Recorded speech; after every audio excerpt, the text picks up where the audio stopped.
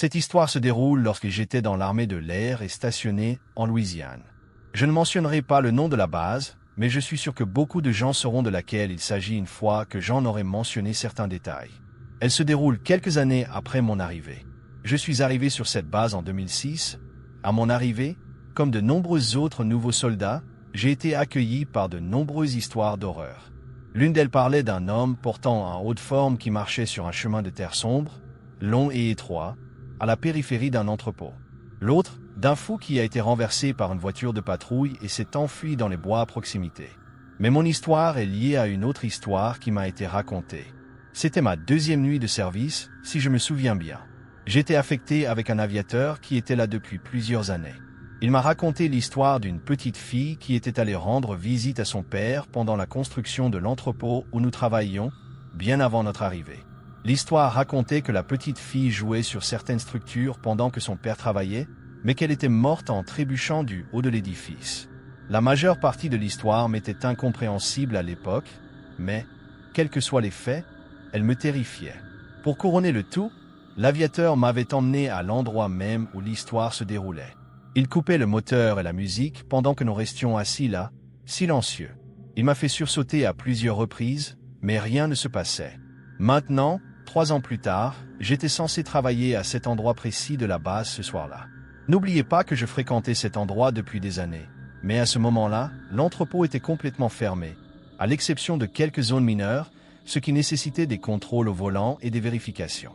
Le service en lui-même a plutôt mal commencé. Mon alpha, alias mon partenaire, et moi avions reçu une benne à bestiaux pour cette patrouille, car notre véhicule habituel était à l'atelier pour maintenance. Oui, je ne plaisante pas, une benne à bestiaux. Je sais que cette partie ne semble pas très importante pour l'histoire pour le moment, mais elle finira par s'y rattacher. Alors pour gagner du temps, avançons de quelques heures. Nous devions effectuer 3 contrôles aléatoires du dépôt ce soir-là, et nous avions déjà effectué 2 des 3 précédents sans problème. Du coup, vers 4 heures du matin, nous avons décidé de faire notre dernière vérification, car tous les agents de maintenance étaient rentrés chez eux pour la nuit. Le seul moyen d'y accéder était par 2 très grandes portes séparées qui mettaient une éternité à s'ouvrir. Nous nous sommes entassés à l'intérieur, avons verrouillé les portes derrière nous et avons continué notre chemin. Mon alpha conduisait pendant ce contrôle, et j'étais l'observateur qui utilisait une lampe de poche pour vérifier les serrures de chaque structure. Un détail important que j'ai omis, et qui est peut-être nécessaire ici, est que l'histoire de la petite fille s'était déroulée sur une route à l'intérieur du dépôt que nous appelions Echo Street. À ce stade, tout allait bien et nous avions terminé nos rondes. Mon alpha aborde le dernier virage sur Echo Street. Nous avions tous les deux été assez bavards pendant une bonne partie de la nuit, et nous étions en train de bavarder, quand j'ai eu un sentiment de malaise. Quelque chose semblait différent, mais je n'arrivais pas à comprendre ce que c'était. Nous étions à peu près à mi-chemin lorsque le silence est devenu presque total et effrayant. Même le grondement de notre camion à bestiaux et le faible bruit de la radio semblaient s'atténuer. Alors que nous approchions du bâtiment de mon histoire précédente, et je dois souligner ici que même le simple fait de raconter ou d'écrire cette partie me glace encore le sang et me fait monter les larmes de peur.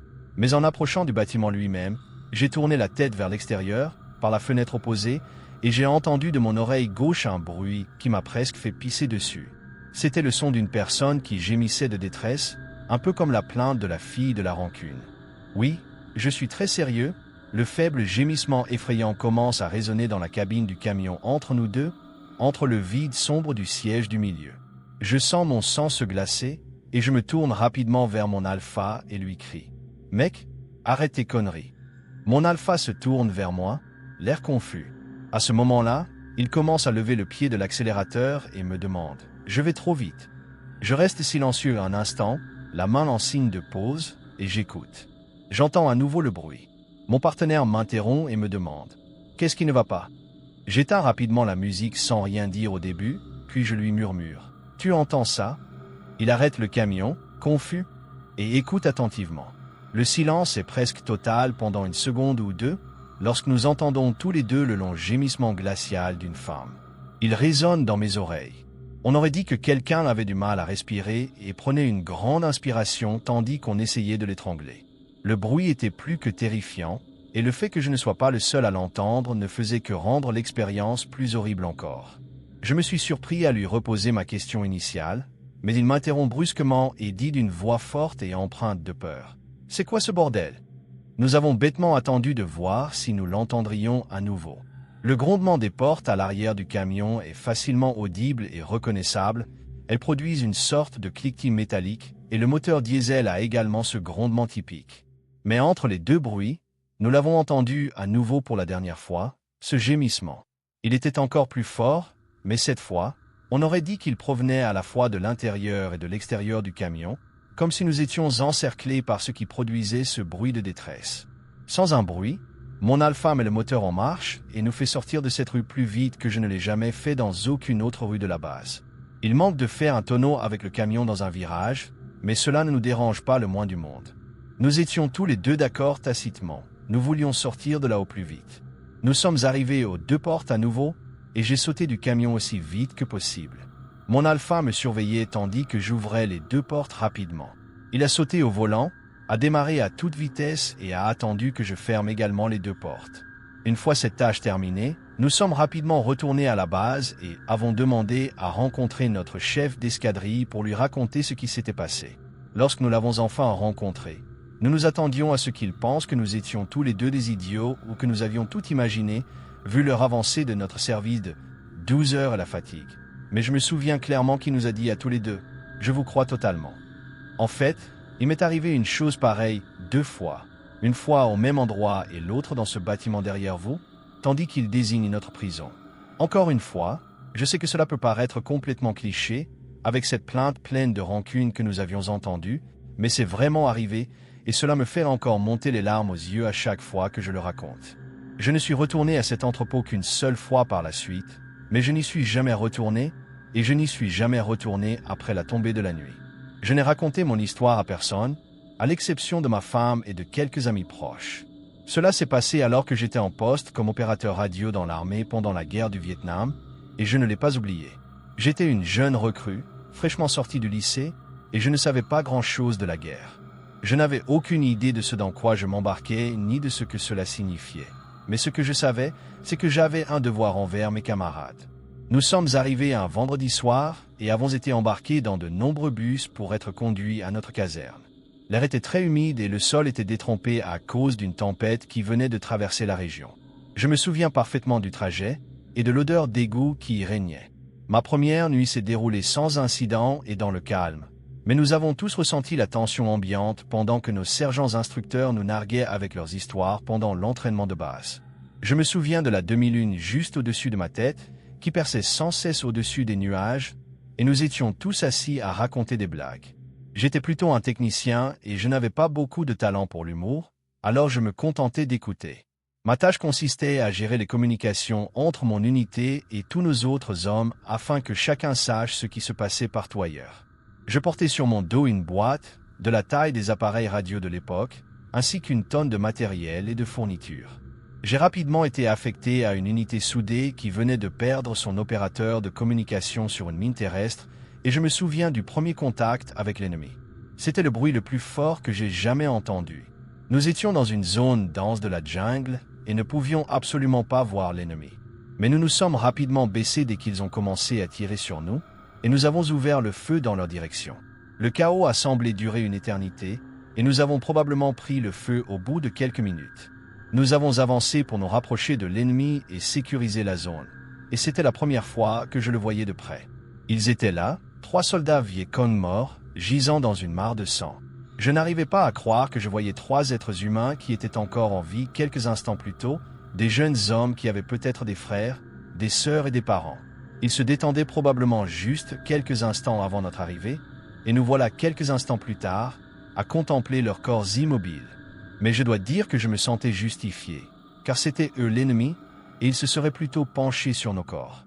Quelques jours plus tard, nous avons été affectés à un autre endroit, qui a subi des pertes plus lourdes et a nécessité davantage de soutien. Je me suis habitué à la violence et j'ai vu beaucoup de nos jeunes hommes mourir dans la souffrance. Un jour, mon sous-officier m'a dit que quelqu'un souhaitait me parler. J'ai été accueilli par un homme d'une 50aine d'années qui semblait totalement hors de propos. Son attitude était calculée et prédictive, et même mon commandant semblait s'être transformé en homme à tout faire devant lui.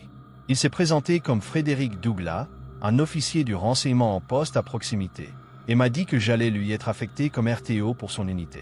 J'aimais mon unité et je voulais rester avec eux, mais les ordres sont les ordres, et je n'avais pas le choix, alors j'ai pris le huet et je l'ai suivi. Nous avons atterri dans une zone très boisée, à côté de quelques baraquements vietcong. L'endroit était fortement construit par l'ennemi, et j'imaginais parfaitement les combats qui avaient dû s'y dérouler. Il y avait des hommes avec des masques à gaz et d'autres debout à proximité, mais ils ne semblaient pas me remarquer ni même se soucier de ma présence. L'atmosphère était étrange et inconfortable. Ces types ne se comportaient pas comme des soldats ordinaires et n'avaient certainement pas cette expression de peur dans le regard que la plupart d'entre nous exprimaient. J'ai même essayé de parler à certains d'entre eux, mais je n'ai eu droit qu'à un étrange regard impassible, comme s'ils étaient infectés.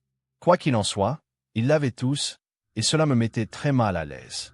L'officier Douglas et moi sommes entrés dans l'une des plus petites baraques, et on m'a dit de rester là jusqu'à ce que quelqu'un vienne me chercher. J'aurais dû rester là et attendre, mais j'étais trop curieux et inquiet pour me détendre, alors je me suis dirigé vers la tente principale et j'ai jeté un coup d'œil à l'intérieur. Ce que j'ai vu m'a bouleversé comme jamais auparavant. Sur une table improvisée se trouvaient 6 conteneurs troubles. Chacun contenait la tête coupée d'un guérillero, d'où sortaient plusieurs tubes et fils. Un liquide vert semblait réagir avec les têtes, leurs bouches et leurs yeux tremblants comme s'ils étaient à moitié vivants. Soudain, j'ai senti une main m'agripper l'épaule. C'était l'agent de renseignement Douglas, et il avait l'air très contrarié. J'ai demandé humblement ce qu'il faisait là-dedans, mais il m'a répondu avec colère que je n'aurais pas dû y aller et m'a renvoyé à ma cabane. Nous avions dû être attaqués, car je me suis réveillé le lendemain au triage avec plusieurs côtes cassées et une clavicule fracturée, sans aucun souvenir de ce qui s'était passé ensuite. Je n'ai plus jamais revu l'officier Frédéric Douglas ni ses soldats, si tant qu'il s'agisse de son vrai nom, et je me demande souvent ce qu'il faisait là-bas. Peut-être essayait-il de recueillir des renseignements auprès de soldats ennemis morts, ou quelque chose comme ça. Quoi qu'il en soit, ce fut une expérience étrange que je n'oublierai jamais. Tous les noms de l'histoire seront modifiés et tous les lieux seront omis. Cette expérience m'a rendu très paranoïaque à bien des égards. C'était tard dans la nuit. Je sentais les battements de mon cœur battre à tout rompre tandis que notre véhicule blindé quittait la route de gravier, s'enfonçant dans les broussailles denses. Cela faisait des semaines que l'unité Bravo était devenue silencieuse, s'évanouissant comme un filet de fumée par un jour venteux. L'appel de détresse avait crépité dans nos communications plus tôt, signe inattendu de vie de nos camarades disparus depuis longtemps. Mais ce qui me hantait plus que leur soudaine réapparition était le contenu de leurs messages, une suite de chiffres cryptés se répétant sans fin. « Sergent Davis, êtes-vous sûr que c'est bien ici ?» demandai-je par-dessus le sifflement parasite de la radio qui rompait le silence qui s'était installé sur notre escouade. C'est ce que le commandement confirma. « Tenez-vous prêts » répondit Davis. Alors que notre véhicule s'immobilisait, l'épais brouillard sembla s'épaissir. Nous débarquâmes dans l'inconnu, le silence de la base abandonnée devenant de plus en plus inquiétant. Les bâtiments se dressaient tels des carcasses creuses, fenêtres brisées, portes entr'ouvertes. Une ville vivante il y a à peine quelques semaines, devenue une ville fantôme. Davis nous ordonna dans un murmure de rester vigilants tandis que nous avancions, nos boîtes crissant sur le verre brisé et les débris. Les traces de lutte étaient partout, meubles renversés, chiffons ensanglantés et munitions éparpillées au sol, témoignant du chaos qui régnait ici récemment. La base, autrefois un centre d'activité militaire animé, était désormais étrangement silencieuse, à l'exception de nos respirations superficielles et du cri lointain et résonnant des numéros diffusés. À mesure que nous approchions du centre de commandement, la transmission s'intensifia, un chant incessant qui semblait s'incruster dans mon esprit, sa signification aussi insaisissable que les ombres dans le brouillard qui nous entourait. En entrant dans le centre de commandement, nous le trouvâmes abandonné, l'air vicié, la seule lumière provenant des consoles clignotantes. Les haut-parleurs de la radio, crépitant de parasites, répétaient la séquence en boucle d'une voix monocorde. 5, 8, 2, 4, 7. 5, 8, 2, 4, 7. Le caporal Lee murmura. « Qu'est-ce que cela signifie ?» Je vis ses yeux écarquillés tandis qu'elle scrutait la pièce. « Le commandant Askin aurait pu le savoir, » dit Davis. Commandant Askin était le nom du chef de l'unité qui avait disparu avec son équipe. Nous avons continué nos recherches dans la base désolée, espérant trouver un indice, un survivant, n'importe quoi. Mais ce fut le laboratoire qui changea tout. La porte était entr'ouverte, suspendue à ses gonds comme forcée.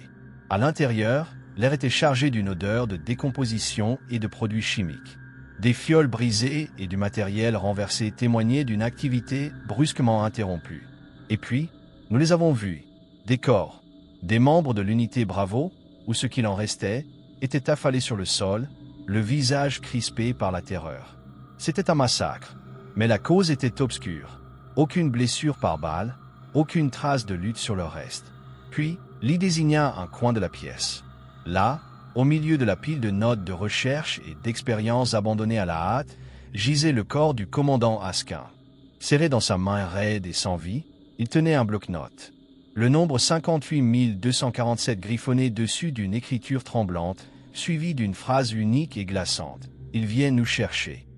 La révélation nous a frappés comme un coup de poing. Les implications de ces mots se sont transformées en 1 million de questions sans réponse. Qui venait les chercher? Cet appel de détresse n'était-il pas une lueur d'espoir, mais un avertissement? C'est alors que la réalité de notre situation s'est imposée à nous. L'isolement, le silence inquiétant, rompu seulement par cette succession incessante de chiffres. Nous n'étions pas les sauveteurs. Nous étions les prochaines victimes. La panique s'est emparée de nous tandis que la base semblait se rapprocher. Le brouillard extérieur semblait s'épaissir. Notre seul choix était de fuir. Nous avons couru, trébuchant dans le brouillard, guidés par la lumière lointaine de notre véhicule. Les chiffres continuaient de résonner dans mon esprit. Un chant semblait nous suivre, murmurant à travers le brouillard. Juste au moment où le véhicule est apparu, une ombre a émergé de la brume.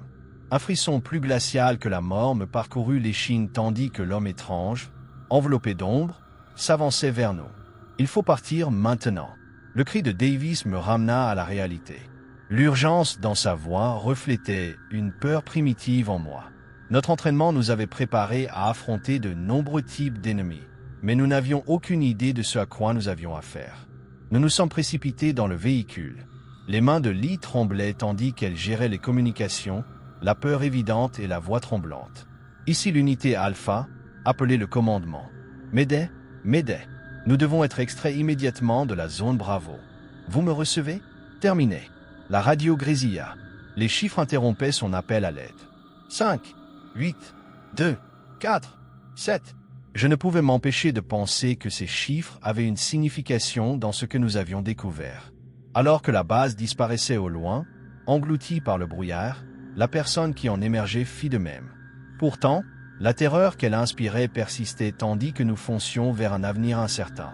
Davis rompit le silence et dit que nous ne pouvons pas laisser cela s'arrêter là. Nous devons découvrir ce que signifient ces chiffres et ce qui est arrivé à l'unité Bravo. Je ne voulais rien d'autre que découvrir ces choses-là aussi. J'avais l'impression que nous leur devions tout, en pensant au corps tordu et sans vie que nous avions laissé derrière nous. Alors que les premières lueurs de l'aube perçaient l'obscurité, une détermination farouche m'envahit. Nous avions survécu à la nuit, mais la vraie bataille semblait ne faire que commencer. Armés de rien d'autre que d'une série de chiffres et des souvenirs obsédants de ce dont nous avions été témoins, le mystère de ces chiffres et les horreurs de ce qui aurait pu arriver à l'unité Bravo demeurent un mystère. Et cela me hante encore, me hante. Je suis sûr que cela hante tous les membres de mon unité. Les horreurs de cette base n'étaient qu'un chapitre d'une histoire bien plus grande et terrifiante que nous n'aurions pu l'imaginer.